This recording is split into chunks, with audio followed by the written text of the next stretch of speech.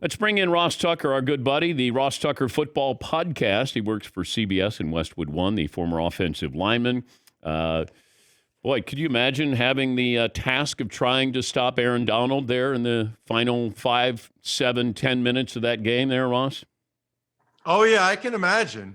There's a guy that went in the Hall of Fame over the weekend, Bryant Young, who was not Aaron Donald, but was a similar type of player. And I've actually talked to guys about the best way to try to block Aaron Donald. Some guys, Dan, will try to just jump him and grab him right there. But he's so good with his hands that you can look real bad. So people I've talked to said, oh, the best move is to just set back a little bit, give a little bit of ground. Well, he was bull rushing the crap out of those guys last night. I'm not sure there is a really good answer. When they were double teaming him and sliding to him, that helped. It is funny, though, because I don't know if you've ever done this with him on your show. I know you have the guys read their draft profiles, but it's so funny because he didn't go top 10 because people were worried about how short he was. It just seems so funny now. By the way, like, who cares how tall you are for a defensive tackle? Who would you have given the MVP to? Co-MVPs, Cooper Kupp and Aaron Donald. Nah, you can't do that. You got to give it to somebody, one person. Oh, okay. Well, there has been a year though where there was co-MVPs. If you have to give it to somebody, I don't have a problem with Cooper Kupp. It would not have been Stafford, I don't think. No. I think it would have been Kupp or Donald. The thing that people are forgetting is after Stafford threw the interception on the Rams' first offensive play, Aaron Donald had 2 sacks. The Bengals had just gotten the bomb to T. Higgins. They're up 17-13. Then they get the interception by Awuzie. Donald chases Joe Burrow out of bounds. And then third down, Higgins is open. Donald bull rushes Adeniji and gets a sack. That was huge. If the Bengals score a touchdown there, I think the game is very, very different. And then he closed it out at the end as well.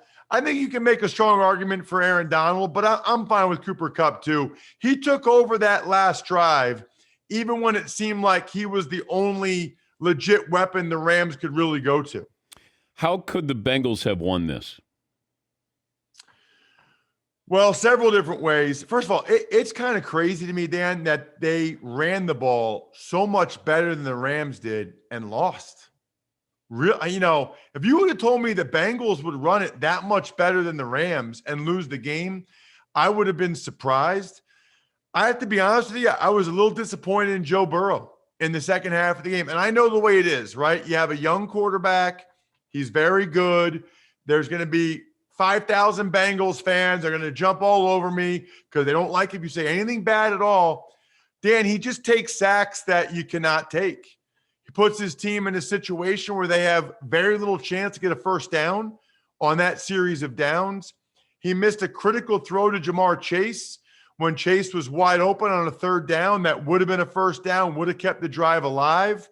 So I really thought that Burrow was fine. Burrow had a good game, but for the Bengals to win that game, they needed him to be better in the second half. They need him to be clutch, and he kind of cowered a little bit to the pressure. He took some sacks where he saw the guy coming. Throw the ball away, try to give one of your receivers a chance. You just can't keep taking sacks like he did. How do you explain the Rams' defense being so dominating in the second half, or certainly in that fourth quarter? Well, I think one thing they did was they did a better job of having 5 guys up so that the offensive line couldn't automatically slide to Aaron Donald. I'm a little surprised that the Rams didn't do that in the first half. It's simple math, right? You got 4 D linemen rushing, 5 offensive linemen. You can send the center to help out on whoever's blocking Aaron Donald the whole time. When they would walk the linebackers up, like Reeder or Ernest Jones, or even guys off the edge, well, then those 5 big guys, they got to block the 5 guys they think are coming. They were able to get a lot more one-on-ones for guys than they had in the first half, and they clearly took advantage. What did you make of the officiating last night? Okay. I was disappointed really disappointed in the holding penalty against Logan Wilson on third down. About a minute and a half left. I thought it was perfect coverage on Cooper Kupp. I'm of the belief, Dan, when in doubt, don't throw the flag. They had let the guys play all game. All game they had let them play. And then it wasn't even ticky-tack. To me, there was no foul there at all. I thought it was an excellent play by Logan Wilson. I thought it was the worst call of the game. However, the first play of the second half, T. Higgins clearly tugged Jalen Ramsey's face mask, which is how he got open and scored. So if you want to say that those two calls kind of offset each other, I can live with that. But I would always rather have the no call than throwing the flag for a foul that's not there. In general, though, I don't think it's the reason why the Rams won the game. I don't think it should be the main topic of conversation today. And as long as that's the case, I'll say they did an okay job. More likely to get back to the Super Bowl next year, Rams, Bengals. I think they both have a really tough task of doing that, but I'll go with the Rams. You know, the two favorites to win the Super Bowl next year, Dan, are the Chiefs and the Bills. You know, in the AFC, that's going to be rough for the Bengals. I mean, rough. They got a good young team, but I heard you talking about it before you brought me on. You know, it is not as easy to get back as these teams think it is. It is very, very hard. I think Kansas City and Buffalo, they're both going to think that they're going to be due to get back. I think it's going to be tough for the Bengals to get back to the Super Bowl next year.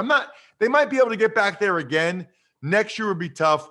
The NFC is just much more open, and the Rams seem much more open to doing whatever it takes to try to get this going while they have this window. So maybe Aaron Donald needs some more money. That's fine. I think they'll try to find a way to bring Vaughn back. We'll see with Odell after that injury now. But the Rams are very much a win now. This is our window.